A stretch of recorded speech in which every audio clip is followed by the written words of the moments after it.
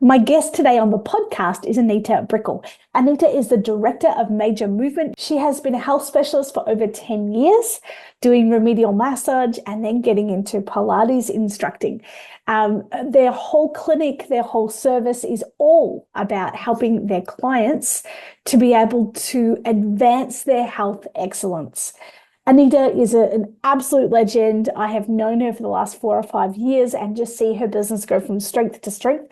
And I'm super excited to be able to share with you her journey of how she has experienced coaching herself, but then how she's used that with her clients and how she creates incredible outcomes for both herself, her life, her team, and the beautiful clients that she works with. And I'm excited to share this journey with you. Welcome, Anita, to the podcast. Thank you. Good to be here. So excited to be able to chat with you today about your incredible journey that you're going to be sharing with us. Do you want to maybe share a little bit about your background as a bodywork practitioner? How did you get into massage? How did you get into Pilates? Kind of give us the Anita backstory. Yeah, cool. Well, I've been in the massage industry for, I think, well, it's over 10 years. Over 10 years, I just stopped to count. I think it's 10, 12, something like that. And how I got it, well, actually, when I was younger, I wanted to be a physio. And because I had a crush on the physio that I was actually going to see for my legs at the time. Anyway, side note. But I wanted to be a physio because I really enjoyed, like, I played a lot of sport when I was younger, and I loved just that kind of thing. But noticed that you had to do a lot of science, and I wasn't a great person at science when I was at school. So I just shoved that to the side. I didn't want to do it anymore. I wanted to be a police officer then.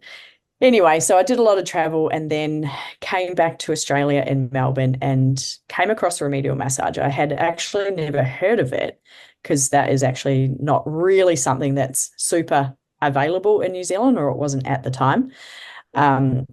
So yeah, I picked up remedial massage, went and studied that, and then started working in the industry working alongside physios, osteos, podiatrists at the time as well, and just really loved the holistic approach, I guess, to the health industry that I treated in at the time.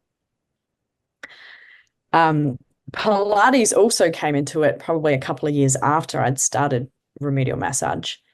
And the osteopath that I was working with at the clinic, she had studied clinical Pilates. I was like, what's that? So then I went and studied it as well. I was like, this is cool. And then we said to our boss, we were like, if you open a studio, we'll run it for you. So lo and behold, after that, we were pretty much running the studio at where we're working. That's amazing. How do you find the connection between Pilates and massage? I imagine that would work incredibly well together. Can you tell us a little bit about what that's like? Yeah. Well, as soon as I started Pilates, it made me such a better practitioner immediately, because I mean the exercises that I learnt on the reformer, I could give to my clients.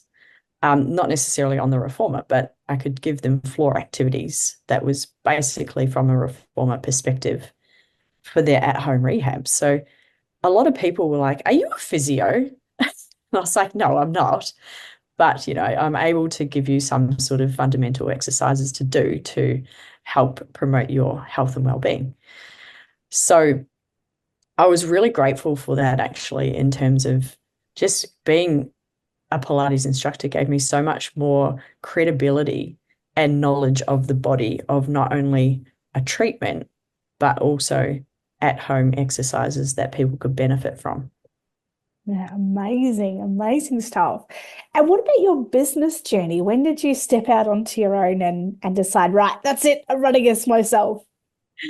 That was, gosh, I think it was 2018. So 6 years ago, 5 years ago. And I sort of stumbled across it, to be honest. I was working at that clinic and I had moved location. So I'd moved from Bayside, which is about an hour where I am now. And I was traveling that hour in non-peak hour, so it wasn't too bad. And I was boxing at a boxing gym close by to my house. And I knew that they had 2 locations and I was at the smaller one. I was like, talking about it at home, I was like, I wonder what the bigger one is like, and I wonder if they have any rooms that I would be able to open up my own practice. And literally 2 days later, they posted on Instagram, massage room available for rent. And I was like, oh my gosh, I feel like I have to go and see that. Um, so I mean, the room was pretty average. I dressed it up and made it nice and pretty and started out from there. Yeah. That's amazing. It's amazing to just go, this is what I think I want. It's on Instagram 2 days later. Talk about manifestation. That's incredible. Oh, it was amazing. I was just like, I'd be silly not to go and just inquire and see what it's all about. Which the guy knew who, the coach knew who I was, and I did a boxing session.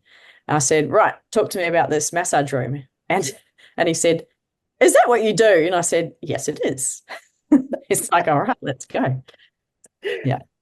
Amazing, amazing stuff. So you have the massage and Pilates background together.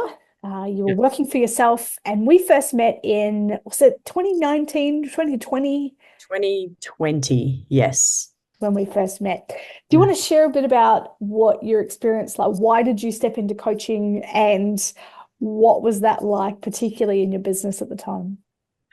Well, we'd gone into COVID lockdown and I got an email from our association actually, and they said how to take your business online. And I was like, well, I got nothing else to do, so yeah, I can learn a new skill, I guess. Um, so took part of the webinar and then sort of jumped on board with you guys in 2020 to learn how to take my business online, which I did a little bit of at the time. Yeah, it was good. And what was the kind of you have moved, like your next phase of business is what we're going to share a bit more about today. What was some of the experiences that you had through the coaching process? Obviously, you came in, well, what did you come in for? Let's ask you that. What did you come in for to go online, and what else?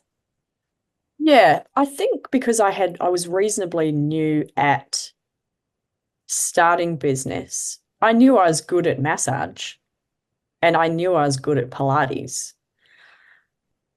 But actually, yeah, this is why. So I was getting burnt out because, well, we were sort of in and out of lockdown. So when I went into lockdown, no, sorry, when we were out of lockdown, it was sort of like go, go, go, go, go, go, go, treating a whole bunch of people, and then would go into a lockdown again. But I think I was at a stage of my business where I was doing a lot on the business and in the business that I didn't really know how to move forward and to not just be working 100% of my life because that wasn't enjoyable. And that will lead to burnout. Yeah, that's not fun. No, having to work all the time. No, that's not what we want. I actually remember a pivotal moment when you said you need a studio admin, and I said, "What's that?"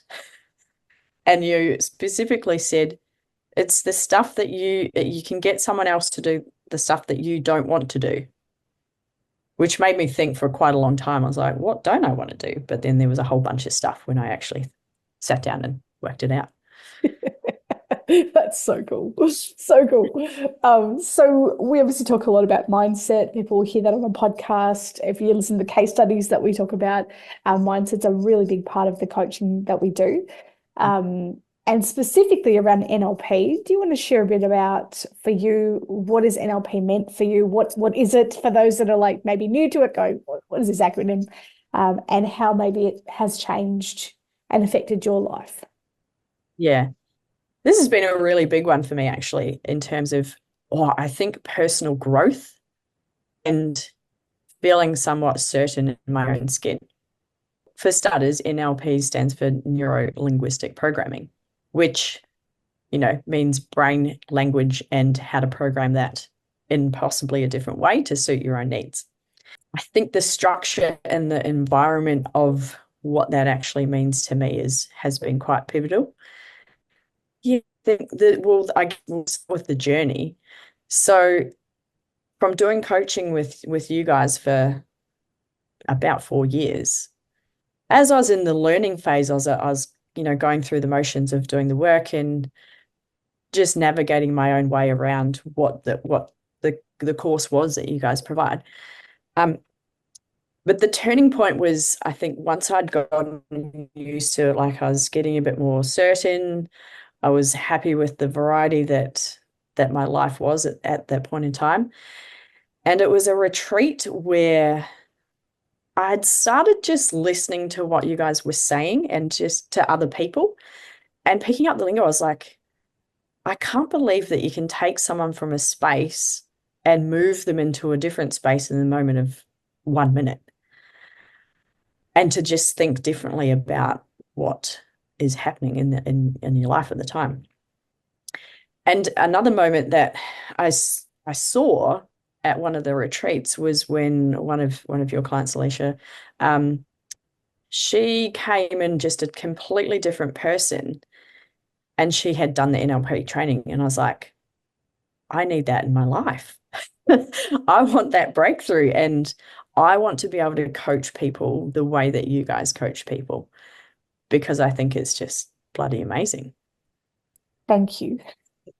Seeing that transformation happen, and I think one of the free work for NLP, the lady says it time and time again, it's like change happens in a moment, or change happens in an instant.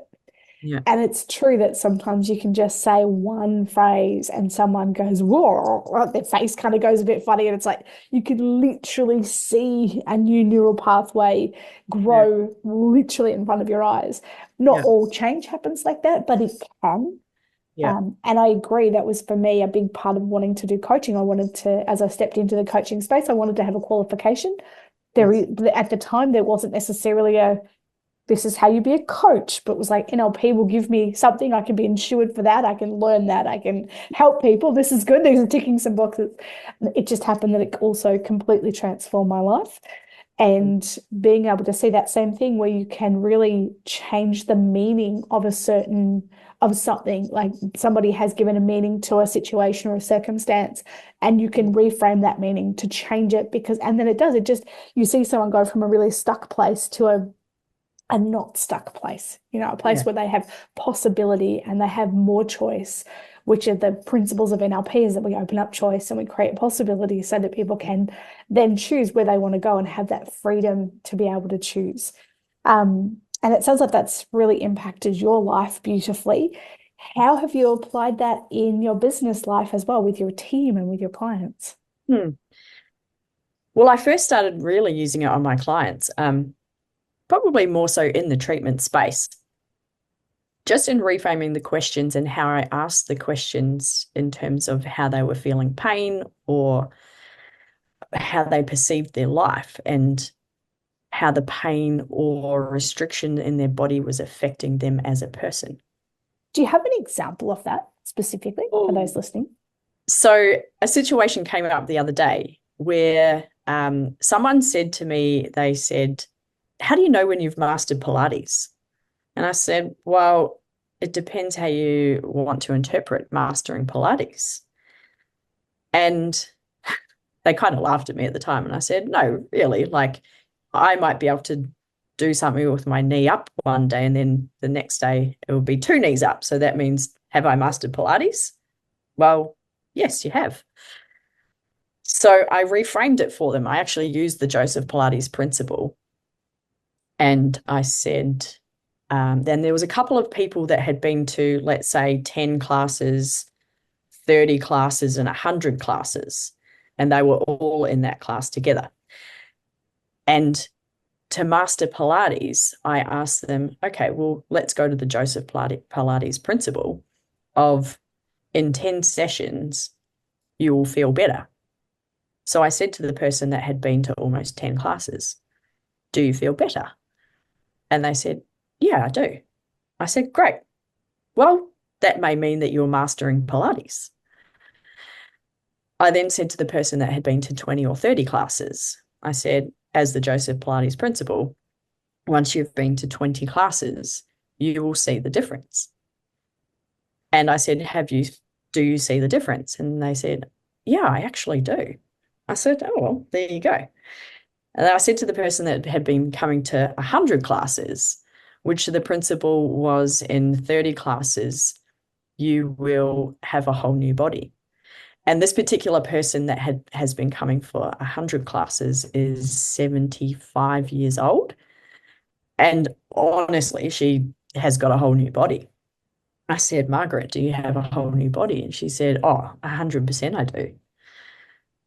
So I guess taking a question of how do you know when you've mastered Pilates? Well, there's your answer. I said, in depends how you perceive it of mastering it. It could be the 10, 20, or 30 to 100 sessions. Does that mean you've mastered Pilates? Yeah, probably. That's a really beautiful reframe. And you can hear and feel how you actually built that along with the clients in the room, and actually built the story around utilizing the people in the room and then actually sharing different levels of awareness in their body, what they notice, what they feel, and what they experience, and being able to utilize the principle of the guy who invented Pilates in order to be able to do some benchmarking with these people. And that's a really beautiful example of how we use NLP to reframe the meaning of circumstances, because like you said, each level of people could actually have mastered Pilates. Yeah. Yeah. And I think putting it on a timeline as well sets the standard of, okay, well, I'm working towards mastering Pilates. Where am I sitting right now? And where do I want to be? Where can I see myself in 20, 30 sessions? Yeah, nice And all work. you have to do is look at the person next to you and be like, they've done 100. And yeah, they look completely different. Yeah, yeah. Yeah. And so what about for how you've used this with your team and with training your team as well? I kind of used it for workshops for my team, and going through behavioral patterns um, of what people may see in their clients and identifying that really quickly, and then using our behavioral flexibility as instructors and or practitioners to be able to notice that really quickly and be able to connect with your clients on a deeper level. Yeah. Kind of use that in workshops and one-on-one training to really get the best out of my staff and my team to then get the best out of our clients. Yeah.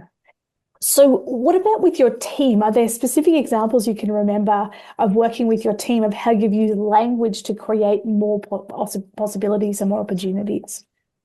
Yes. There was one time where I had a new therapist that I was training up to work with me.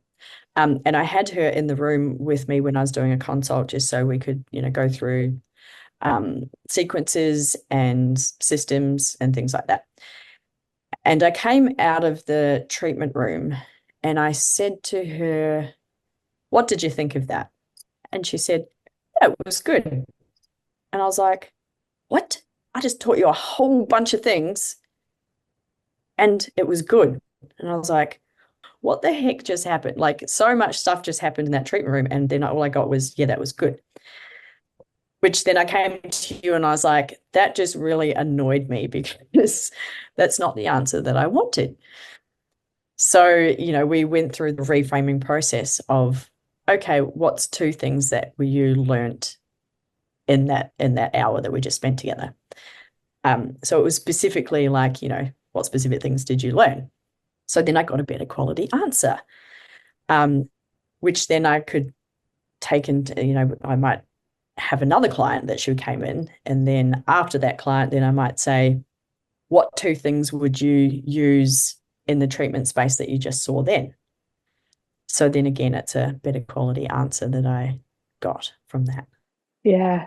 And it's so fascinating what happens when we get a dodgy answer. And I often use the example of Facebook's piece of poo. That's not a question. Yeah, like how specifically can I use it better to get clients? Great question. This particular bit, I can't understand what you mean or what you want me to do. Great, take a screenshot. Great quality question. Um, it's a piece of poo, not a great quality question. And I think it can happen in our with when we're training people that we ask them simple questions and we get simple answers that we were not expecting. Like I said, like you've got a master in that room. Like you've been doing this proficiently for a number of years. So I imagine that what you are generously giving to this person energetically is all this amazing stuff. And for them to go, "Well, it's good." It's like, no, thank you. What is that? Yeah. Whereas when we ask better quality questions, we get better quality answers. Yes. Yeah. I've very Yeah. much. It's been very powerful. Yeah, that's beautiful. And so now with your incredible grasp and understanding and implementation of using NLP in your own life, in your team's life, and with the clients that you work with, where are you taking this next? What's next for Anita? Look, I'm really excited for the future, to be honest. I've just started, well, from a Pilates instructor point of view, like I love to go to different studios and just learn some other stuff and just get out of my own studio and just be the client, not the instructor or the business owner or the work, the employee or the employer, whatever. So I love going to different studios, and I will find beautiful studios, but the instructor has a connection with every single client in the room. They may have connection with maybe one or two because they may know them quite well, but they don't have that really good quality connection with the whole entire room of that Pilates studio. And I also find a gap in the market of that instructors don't really know how to critique clients using verbal cues, but also our own bodies as an instructor to then critique clients that may not be doing the exercises right, or they may be doing it right, but they could do it better.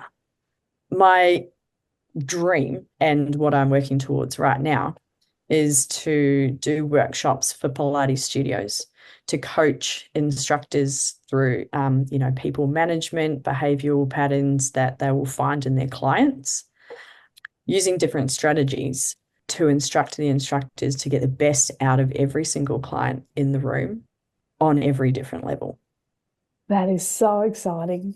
So exciting to be able to have that awareness yourself, go and Mm. learn a bunch of stuff for yourself once again, then be able to Mm. apply it with your team, apply it with your own studio, and then go and help the world and help other Pilates practices and other studios to be able to communicate really effectively so that every single body that is in there working is getting that connection both to themselves, but also feeling that connection from the instructor so that those verbal cues are really clear.